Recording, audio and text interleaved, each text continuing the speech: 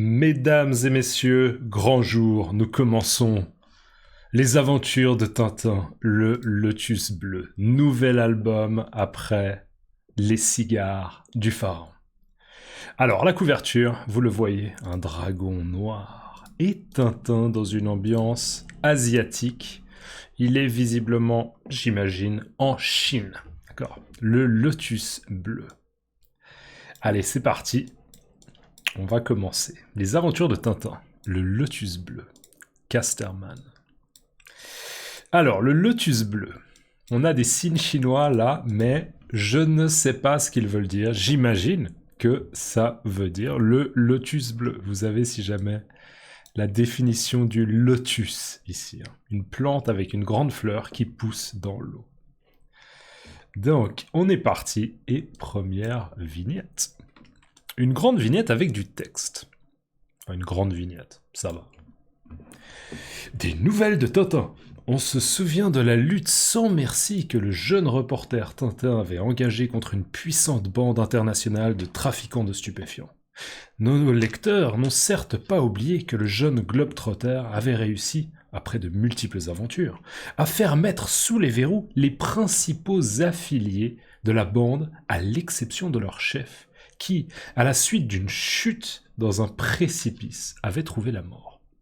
Rappelons à cet effet que ce personnage mystérieux n'a jamais pu être identifié, et que son corps, d'ailleurs, n'a jamais été retrouvé. Nous apprenons aujourd'hui que le sympathique reporter et son inséparable Milou sont toujours les hôtes du Maharaja de Rawajputala. J'ai toujours de la peine. Rawajputala, chez qui il goûte un repos bien mérité. Allez, c'est parti. Beaucoup de texte, mais on y va. Donc, on se souvient de la lutte sans merci que Tintin, le jeune reporter, avait engagée contre une puissante bande internationale de trafiquants de stupéfiants. Donc, il y avait des trafiquants, des trafiquants de drogue, et Tintin, il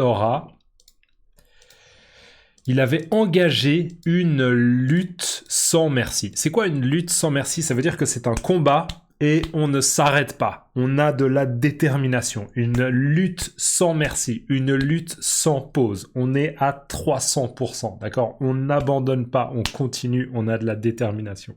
C'est ça une lutte sans merci.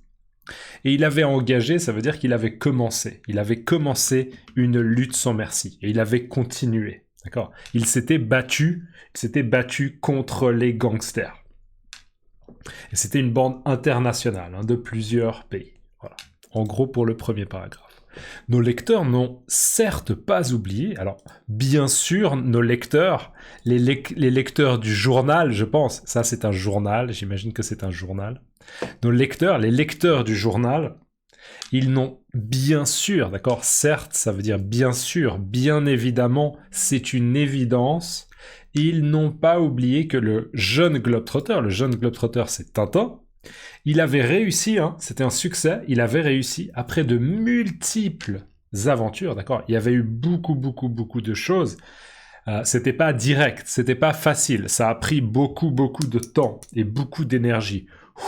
Mais il a réussi, c'était un succès, à faire mettre sous les verrous. Ça veut dire quoi, faire mettre sous les verrous? Ça veut dire qu'on le met en prison, d'accord? Quelqu'un qui est en prison, on l'a mis sous les verrous. C'est une expression, sous les verrous. Mettre sous les verrous.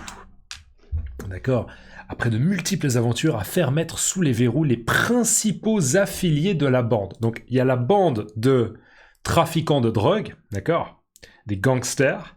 Et les principaux affiliés, c'est-à-dire les principaux membres du gang, ils sont en prison. Ils sont sous les verrous, d'accord? Vous avez la définition. Mettre sous les verrous, mettre en prison. Emprisonné, incarcéré, d'accord? Le voleur a été mis sous les verrous. Donc, il avait réussi à faire mettre sous les verrous les principaux affiliés. Les affiliés, ça veut dire ceux qui sont en lien avec. Il y a un lien, d'accord? Ils sont affiliés au groupe de gangsters. Ils sont affiliés à la bande. Les principaux affiliés de la bande, à l'exception de leur chef. D'accord? Il y avait une exception, c'était le chef. Et le chef mystérieux, on ne voyait pas son visage, Voilà. Nous, on ne sait pas qui c'est un chef, d'accord? À l'exception de leur chef qui, et là on donne des informations en plus sur le chef, à la suite d'une chute dans un précipice, d'accord, une chute, d'accord, dans un précipice, d'accord, le chef qui, à la suite d'une chute dans un précipice, avait trouvé la mort. Donc le chef, il est mort, mais est-ce qu'on est sûr que le chef, il est mort? Non, en fait, on n'est pas sûr. On n'est pas sûr. On n'a pas la certitude. On n'a pas la garantie. D'accord?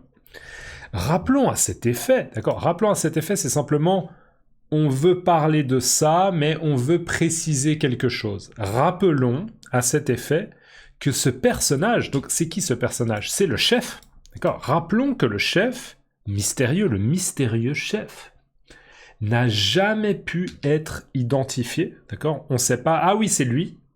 Ah, il s'appelle Bob Smith. Non, ou bien Frédéric Croissant. D'accord? Il n'a jamais pu être identifié et que son corps, d'accord, ça c'est mon corps. D'ailleurs, ça veut dire qu'on rajoute une information. D'ailleurs, on fait un commentaire. On rajoute un détail. D'ailleurs, n'a jamais été retrouvé. Donc, est-ce qu'il est mort? On ne sait pas. A priori, on pense qu'il est mort, mais on n'a pas de garantie. On n'a pas la certitude qu'il est mort.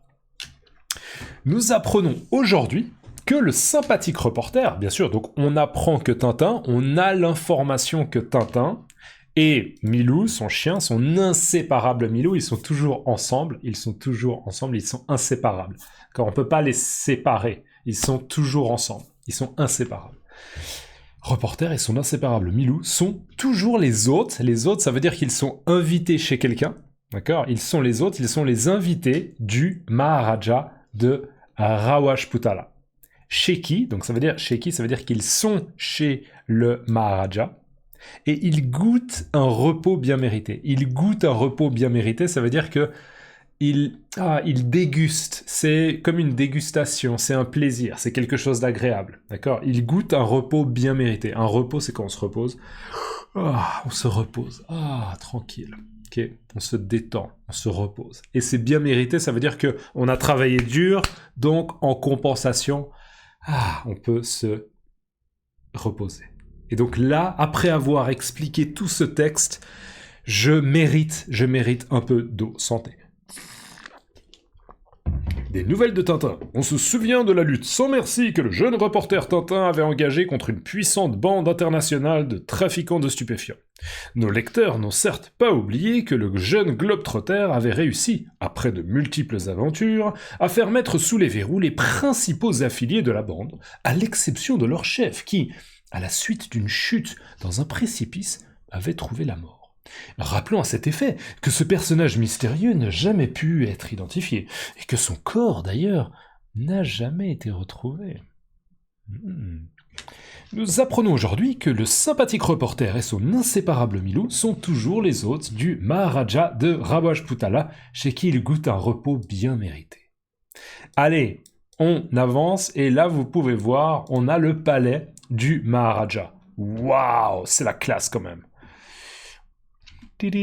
C'est vraiment la classe. J'aimerais bien avoir un palais comme ça. Franchement, volontiers. Très, très, très, très beau. Magnifique. Donc voilà, le palais du Maharaja. Et on a Tintin. Et là, on entend... Et on a Milou qui dit... Depuis qu'il a pris l'habitude de capter des messages sur ondes courtes, il n'y a plus moyen de dormir tranquillement. Je vais relire. Depuis qu'il a pris l'habitude de capter des messages sur ondes courtes, il n'y a plus moyen de dormir tranquillement. On voit Milou, il fronce les sourcils. Il fronce les sourcils. Il est un peu agacé. D'accord, il est un peu agacé. Un peu agacé. Alors, il dit quoi, Milou? Il dit que depuis qu'il, à mon avis, clairement, c'est Tintin. D'accord? Depuis que Tintin, et je vais mettre un tout petit peu plus grand. Voilà, je pense que c'est une meilleure taille ici pour les définitions. Ok. Depuis que Tintin, il a pris l'habitude, ça veut dire que maintenant il a une nouvelle habitude, il a un peu une nouvelle routine, une nouvelle habitude, c'est de capter des messages sur ondes courtes. Alors, Capter des messages, ça veut dire qu'on essaye de comprendre des messages. On essaye d'interpréter des messages. À mon avis, Tintin, il est en train d'essayer d'utiliser peut-être une radio, ou bien un télégraphe, ou bien, je sais pas exactement, mais il utilise quelque chose. Oui, allô? Oui. Allô? Allô? D'accord, il utilise un appareil électronique, je pense, pour essayer de capter des messages, pour essayer d'écouter, d'entendre, d'interpréter des messages. D'accord? Sur onde courte, honnêtement, sur onde courte, c'est un terme un peu technique. On va mettre capter des messages sur onde courte. On va voir. Mais c'est quelque chose qui n'est pas très moderne, donc moi-même, je me dis, je ne sais pas exactement ce que c'est. Capter des messages sur onde courte. Recevoir des signaux radio de loin avec un appareil. D'accord ? Il capte des messages sur onde courte la nuit. Recevoir des signaux, capter des transmissions. Donc, ça ne nous dit pas exactement quel appareil il utilise. Mais donc, Tintin, a priori, il utilise une espèce de radio. Donc, depuis qu'il a pris l'habitude de capter des messages sur onde courte, il n'y a plus moyen de dormir tranquillement. D'accord ? En fait, là, Milou, il est en train de dire qu'il n'y a plus de possibilité de dormir, de se reposer, de se détendre. D'accord ? Révision. Se détendre, se reposer. Donc en fait, Milou est un peu agacé. Il est un peu agacé. Depuis qu'il a pris l'habitude de capter des messages sur onde courte, il n'y a plus moyen de dormir tranquillement. Et donc on a Tintin, et là on voit l'appareil, regardez.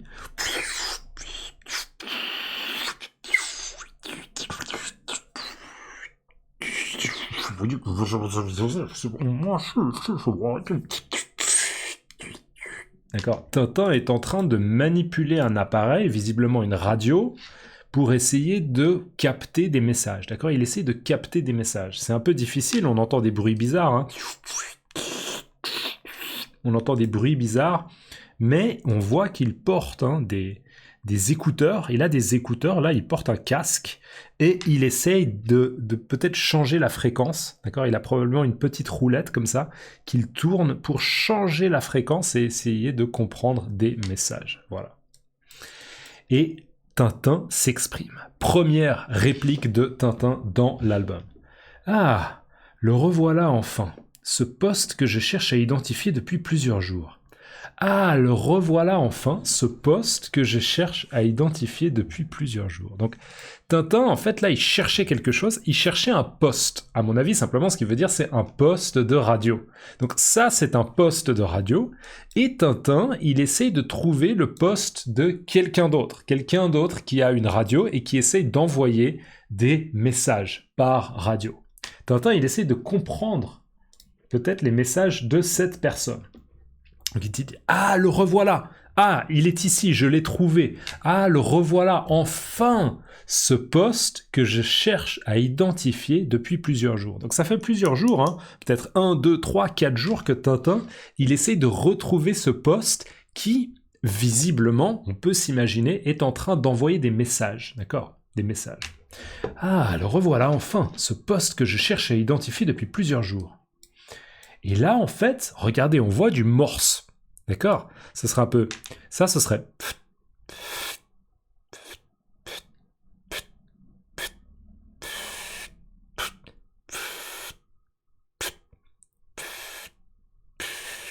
Donc, c'est un alphabet morse, j'imagine. Hein. C'est l'alphabet morse. Alphabet morse. Et du coup, on a des signaux qui sont longs et on a des signaux qui sont courts. Et ça permet en fait d'exprimer des lettres et donc des messages. D'accord ? L'alphabet morse, système de communication avec des points et des traits. Le code morse, l'alphabet morse. Donc Tintin, on voit là, il a pris un petit morceau de papier, un stylo, et il prend des notes. Il essaie d'interpréter, de comprendre les messages qui sont... transmis par le poste de radio. D'accord ? Il écrit les messages.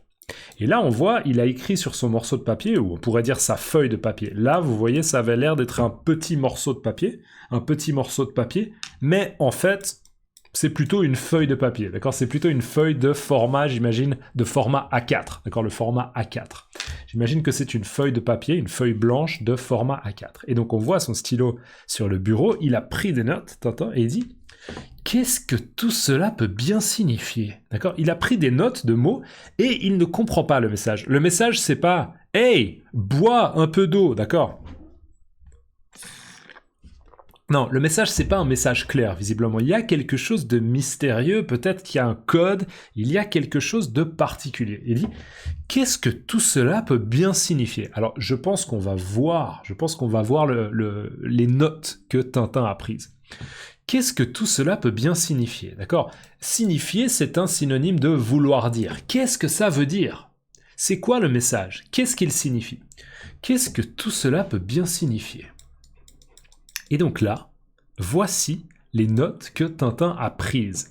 Attention, accord du participe passé. Voici les notes féminin pluriel, voici les notes que Tintin a prises. Prise, P-R-I-S-E-S, accord du participe passé. Voici les notes que Tintin a prises. Alors, RRCQ 1530, entre voix Yokoka, Ma, NS, Maison, Re, Charles, André, Dimanche, Sol, Aligné, Écran ou Teinture, Serpent, marchera inévitablement, le proche Occident, halte, intruse. Alors, on a beaucoup de mots, honnêtement, on a beaucoup de mots, et comme le message est très très énigmatique, je ne vais pas vous expliquer tous les mots. Si vous voulez, vous pouvez essayer de faire une capture d'écran et vous pouvez peut-être traduire avec Google Translate ou bien avec une intelligence artificielle. Mais on a plusieurs mots-clés et honnêtement, le message là, il ne veut pas dire grand-chose. Cette expression, ça ne veut pas dire grand-chose. Le message ne veut pas dire grand-chose. Ça veut dire que la signification, elle n'est pas vraiment claire. On ne comprend pas le message, d'accord ? Donc, c'est assez énigmatique, les notes que Tintin a prises. Le message, là, en morse, c'est un message énigmatique. Peut-être que c'est un code. Voilà. Et Tintin lit le document et dit « Ce message doit pourtant avoir un sens. » Mais lequel ? D'accord ? Il dit « Le message, clairement, il a un but. Il y a un but. Il y a un objectif. » D'accord ? Mais Tintin, il ne comprend pas. Il ne comprend pas l'objectif. Ce message doit pourtant avoir un sens, d'accord ? Pourtant, il doit... Comment expliquer pourtant ? Pourtant, c'est toujours un mot que j'ai du mal à expliquer. Ce message doit pourtant avoir un sens. C'est un mot pour montrer une opposition, une surprise. Alors, une surprise, oui. Une opposition, oui, dans le sens où il dit « Je ne comprends pas le message, mais pourtant... » il doit avoir une signification. Donc c'est vrai, une opposition, une surprise, ça peut être aussi une impatience, d'accord ? Ça peut être une expression qu'on utilise pour montrer une certaine impatience, d'accord ? En effet, c'était mieux, plus petit. Voilà, je pense que c'est mieux. Ça peut montrer une impatience. Tintin, là, il est impatient, d'accord ? Ah ! Ce message doit pourtant avoir un sens, mais lequel ? Et là, on le voit... Il regarde à nouveau les outils qu'il a. Il y a le poste de radio et je pense qu'il y a une boussole. Il dit « Voyons, mon goniomètre indique la direction O-S-O-E-N-E. Le poste émetteur doit donc théoriquement se trouver sur une ligne orientée de la même manière et passant par Rawajputala. » Alors là, c'est des termes honnêtement techniques. Moi, vous voyez... Je suis pas de cette génération. J'ai jamais utilisé un poste radio pour envoyer des messages.